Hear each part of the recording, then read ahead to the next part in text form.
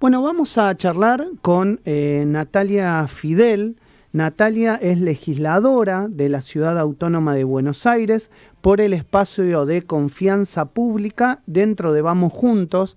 Ella es legisladora en su segundo mandato, que todavía le quedan 2 años, es decir, tuvo un primer mandato de 4 y ahora tiene el mandato del hasta el 2023. Es decir, no termina con esta elección en diciembre, sino que tiene 2 años más. Por eso es muy interesante poder conversar con un legislador de la ciudad de Buenos Aires o con un dirigente político, en este caso, que no está en elecciones, sino que conforma un espacio, pero que indudablemente no se presenta en este momento. Y leí una columna de opinión muy interesante de ella hace algunos días, que escribió sobre los jóvenes en la Argentina y digamos, el rol que tienen, y lamentablemente muchos yéndose o con ganas de irse, con los índices de desocupación y pobreza y falta de empleo que hay en estos momentos en el país. Hola Natalia, buen día, ¿cómo te va? Maximiliano Lequi te saluda. Hola, buen día Maxi, ¿cómo estás? ¿Cómo andás? Gracias por esta comunicación. Gracias por llamarme. Te prometí que la próxima iba a ir presencialmente, así que la próxima voy. Vamos, de a poquito uno va perdiendo el miedo. Sabés que a mí también me pasa, te cuento, yo, digamos, todo el equipo que vos, esa mesa que estabas acostumbrada, tal vez con 4 o 5 personas aquí en la radio, no existe más, estoy yo solo y Augusto está vía Skype, es complicado. ¿En serio? Sí. Bueno, pero nos dejamos el barbijo, ponemos una mampara y la hacemos presencial. Sí, tal cual. Bueno, Natalia, es interesante, digamos, esta columna de opinión que seguramente estuviste buscando números y analizando para escribirla.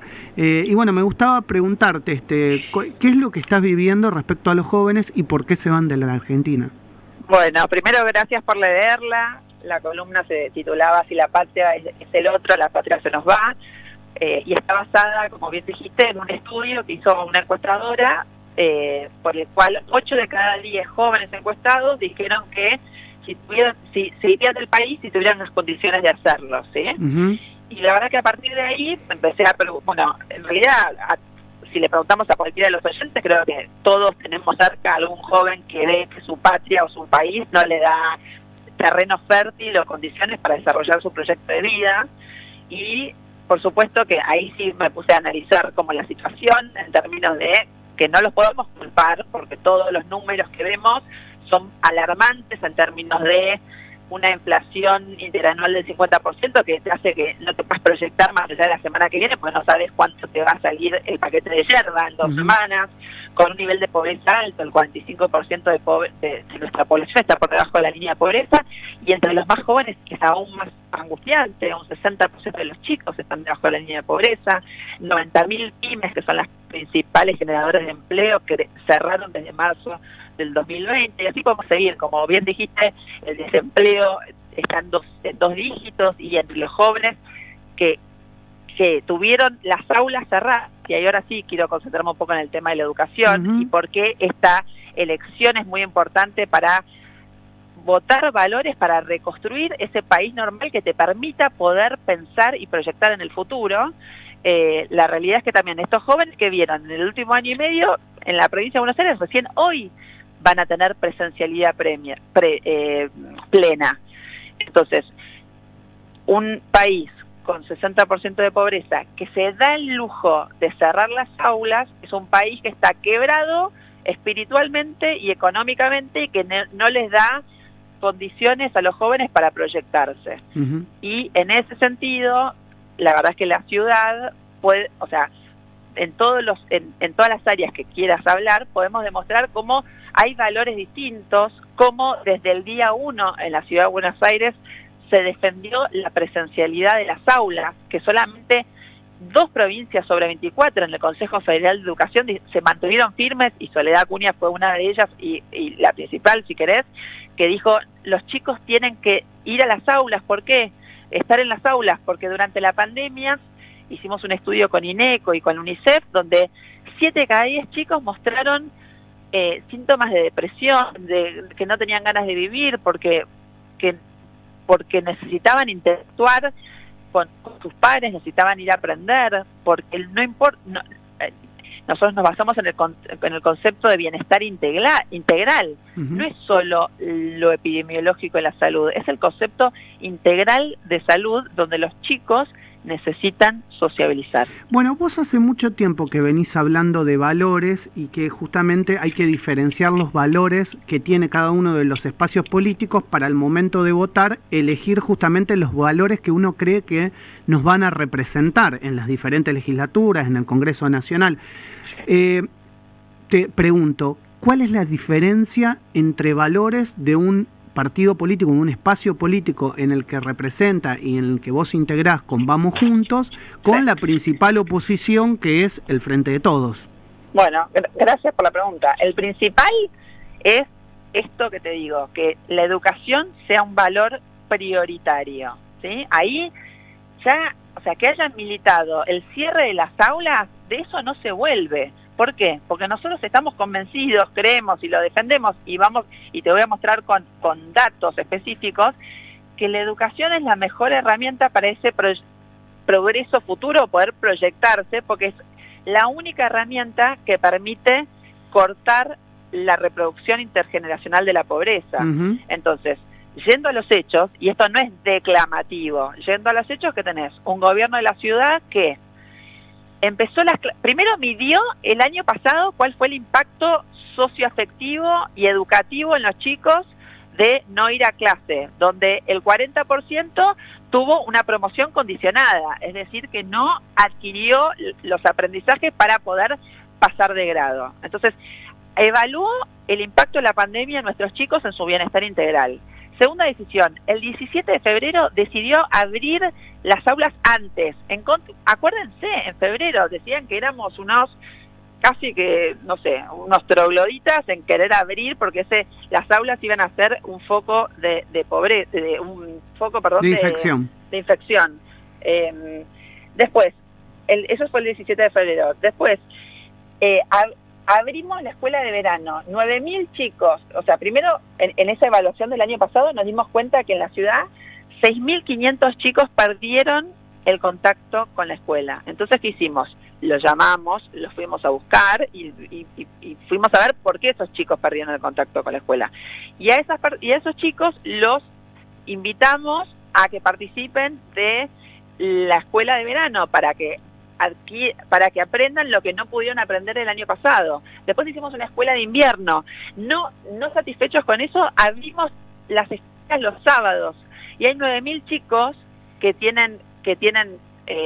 necesitan apoyo en el aprendizaje, además de pagar horas extras a los docentes para poder ayudar a los chicos que tienen materias previas. También abrimos las clases los sábados para que los chicos recuperemos el tiempo perdido, porque estamos convencidos que lo último que tiene que cerrar es la escuela.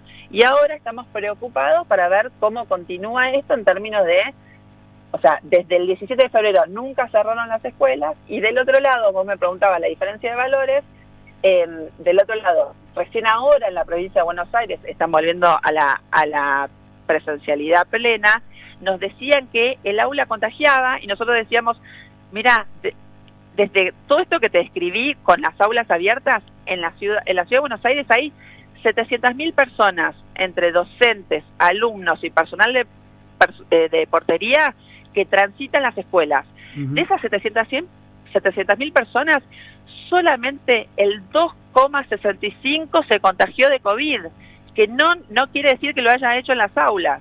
Entonces, de este lado, priorización de la educación, evaluación para saber a dónde hay que reforzar los saberes y contener a los chicos.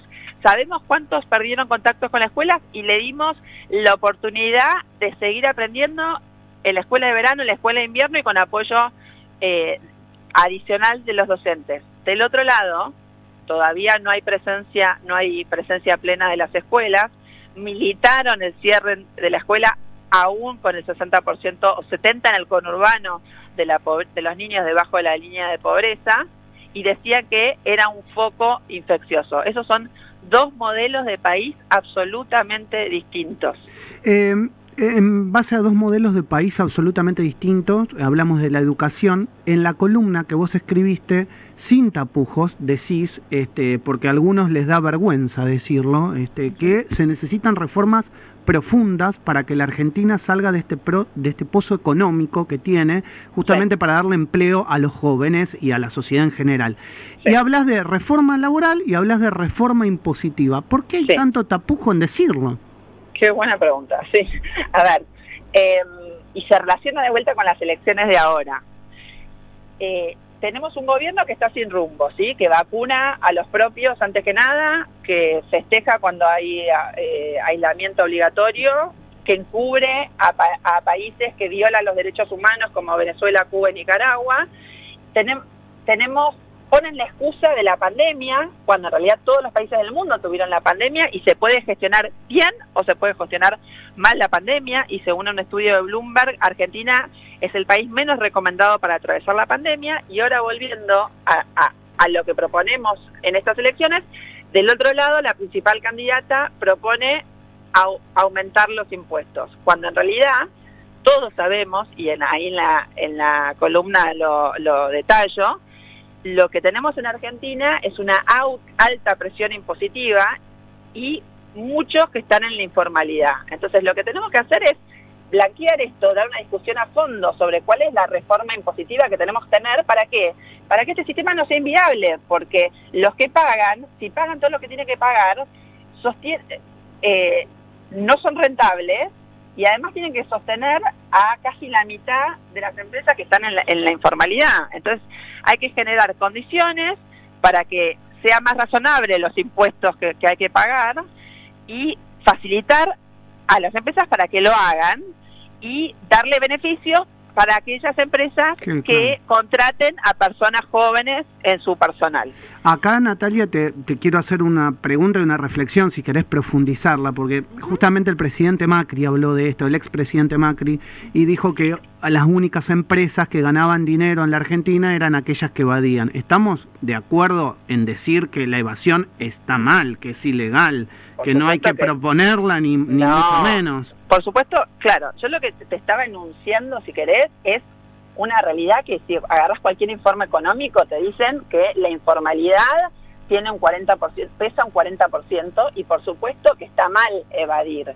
Lo que nosotros, vos me preguntabas sobre la discusión más de fondo sobre la reforma impositiva, bueno, nos tenemos que dar una discusión de fondo de cómo hacemos. O sea, ¿sabías que la Argentina es el segundo país después de las Islas Comoras en términos de presión tributaria? 106%, creo. 106, entonces es insostenible. Entonces, de vuelta, volviendo al principio, ¿qué queremos?